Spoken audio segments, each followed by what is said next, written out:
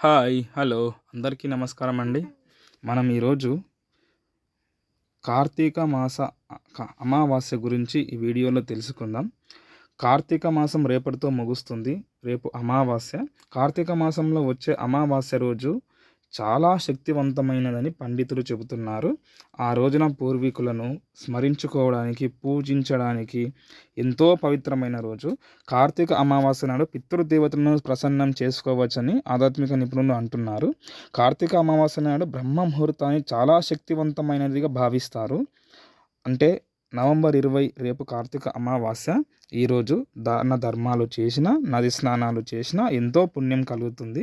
ముఖ్యంగా పితృదోషాలతో ఇబ్బంది పడుతున్న వారు కార్తీక అమావాస్య నాడు కొన్ని పరిహారాలను పాటించాలని పండితులు చెబుతున్నారు. ముందుగా కార్తీక అమావాస్య నవంబర్ 20 21 తెలుసుకుందాం. కార్తీక అమావాస్య నవంబర్ 19న స్టార్ట్ అయ్యి నవంబర్ 20న అయిపోతుంది.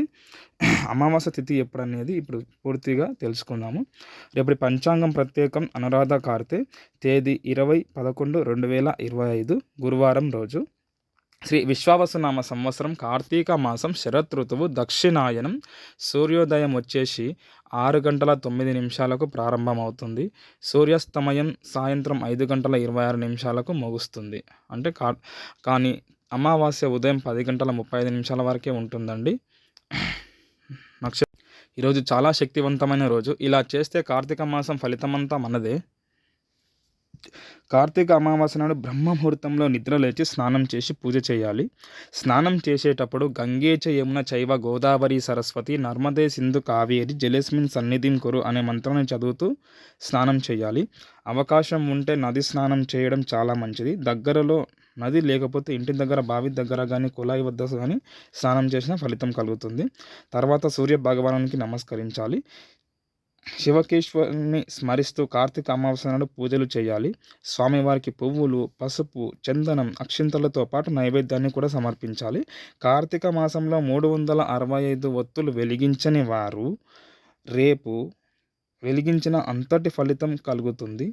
కుదిరితే రుద్రాభిషేకం చేయాలి. రుద్రాభిషేకం చేస్తే శివునికి చాలా ఇష్టం. కార్తీక అమావాస్య నాడు జపించాల్సిన మంత్రం ఏమిటంటే, పితృదేవతలకు నువ్వులు కానీ నీళ్లు తర్పణాలను వదులుతూ ఓం పితృదేవాయ నమః అనే మంత్రాన్ని 3 సార్లు జపించాలి.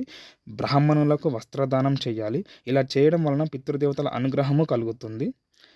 అలాగే సాయంత్రం తులసి కోట దగ్గర దీపారాధన చేస్తే శుభ ఫలితాలు కలుగుతాయి. పిండి దీపాన్ని వెలిగించడం వలన శాంతి, సంతోషం ఉంటాయి. పితృదేవతల అనుగ్రహం కూడా ఉంటుంది. సాయంత్రం ప్రదోష సమయంలో రావి చెట్టు దగ్గర ఆవు నెయ్యి దీపం పెట్టాలి. ఆకాశ దీపం కింద నుండి వెళ్ళి శివపరమాత్మని దర్శనం చేసుకోవాలి.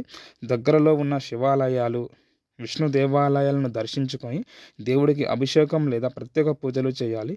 ఇలా చేయడం వలన ఈ మాసానికి సంబంధించిన విశేష ఫలితాలను పొందవచ్చు అని పండితులు చెబుతున్నారు. ముందుగా మాసం మొత్తం దీపారాధన చేయలేకపోయినందుకు శివుడిని, విష్ణువును మనస్ఫూర్తిగా క్షమాపణ కోరాలి. వీలైనన్ని ఎక్కువైన దీపాలను వెలిగించుకోవాలి. ఇంటి ముందు పూజా మందిరంలో, తులసి కోట వద్ద ఆకాశ దీపం కూడా వెలిగించి మాసం మొత్తం దీపం వెలిగించిన ఫలాన్ని పొందడానికి సంకల్పం చెప్పుకోవాలి. పేదవారికి లేదా ఆలయాలకు మన శక్తి మేరకు ధర్మాలు చేయాలి. దీపం వెలిగించడానికి నూనె, వత్తులు దానం చేయడం చాలా శుభప్రదం. కార్తీక అమావాస్య కేవలం మాసం ముగింపు మాత్రమే కాదు అండి. ఈ మాసంలో చేసిన సత్కర్మల ఫలాన్ని పరిపూర్ణం చేసుకునే ఒక పవిత్ర అవకాశం. ఆ రోజున భక్తి శ్రద్ధలతో దీపం వెలిగించిన, చిన్న దానం చేసిన గొప్ప పుణ్యం లభిస్తుందని పురాణాల ద్వారా తెలుస్తుంది.